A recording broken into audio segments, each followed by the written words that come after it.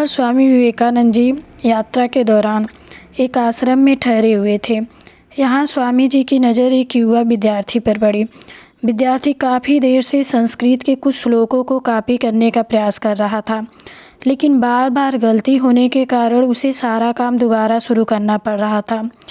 कुछ समय पश्चात विद्यार्थी ने स्वामी जी को देखा तो उनको प्रणाम किया और समस्या बताते हुए कहा, स्वामी जी, मैं 2 घंटे से इन श्लोकों को नए पेज पर कॉपी करने का प्रयास कर रहा हूँ, लेकिन हर बार कोई ना कोई गलती हो रही है, जिस कारण मुझे बार बार नए सिरे से शुरू करना पड़ रहा है।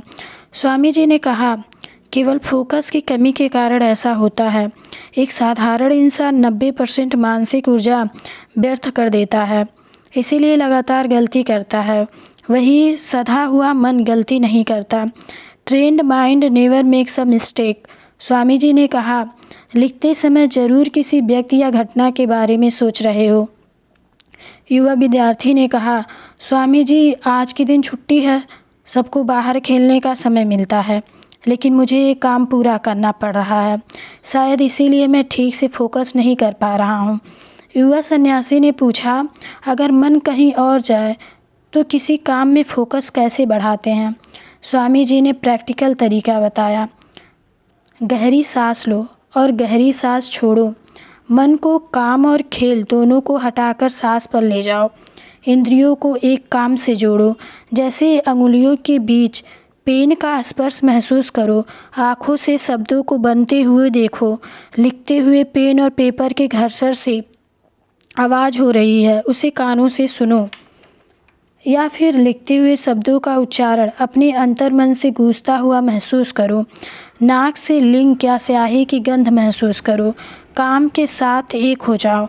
इंद्रियों को काम से जोड़ने से तुम्हारा कंसंट्रेशन इतना बढ़ जाएगा, तुम काम के साथ एक हो जाओगे, तुम काम में खो जाओगे, तुम्हें समय का पता भी नहीं चलेगा। दोबारा ध्यान लगाओ। अगर बीच में भटके तो हमें कोई चिंता नहीं है।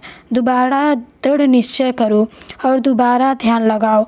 उस विद्यार्थी ने ऐसा ही किया और देखा, जिस काम में वो इतना देर से गलतियां कर रहा था, वो काम उसने एक बार में पूरा कर लिया।